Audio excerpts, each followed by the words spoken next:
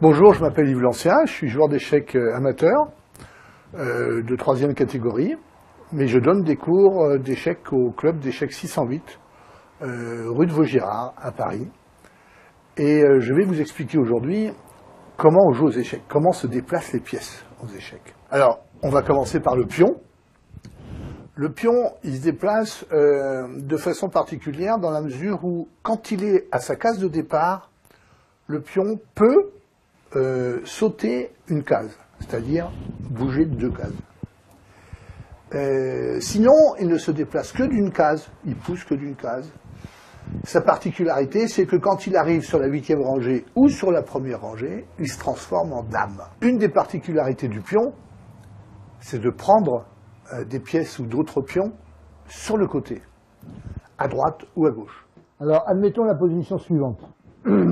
Le pion est en D4, le pion blanc est en D4, il y a un pion noir en C5 et un pion noir en E5. Le pion blanc sur D4 a le choix, soit pousser, soit prendre E5, soit prendre C5. On prend le déplacement du cavalier, on appelle ça un cavalier. Donc le cavalier, à partir de sa case de départ, peut aller soit en H3, soit en F3, soit en E2. On accepte l'idée que le cavalier peut aller sur 1, 2, 3, 4, 5, 6, 7 cases, 8 cases. En L, toujours en L. 2, 1, 2, 1, 2, 1, 2, 1. Alors maintenant, on va parler du fou. Chaque joueur a 2 fous, un fou blanc et un fou noir. Les fous ne se déplacent qu'en diagonale. Comme ça, et comme ça. Alors évidemment, il peut se déplacer là, là, ou là, ou là, ou là, là, ou là. Le fou noir, lui, ne reste que sur les cases noires, de même que le fou blanc ne reste que sur les cases blanches. Et pareil, il peut aller sur toutes les cases noires, sur sa diagonale. Alors maintenant, la tour se déplace que de façon verticale et horizontale.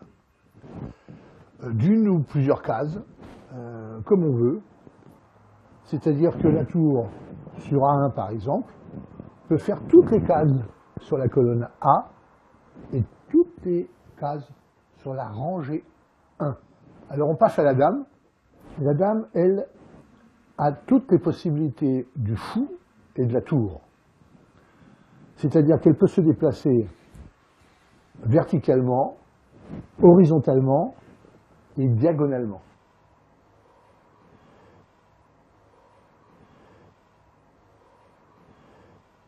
La dernière pièce maintenant, le roi, dont la valeur est évidemment l'infini puisque c'est le but du jeu. Lui, le roi ne se déplace que d'une case, une seule case.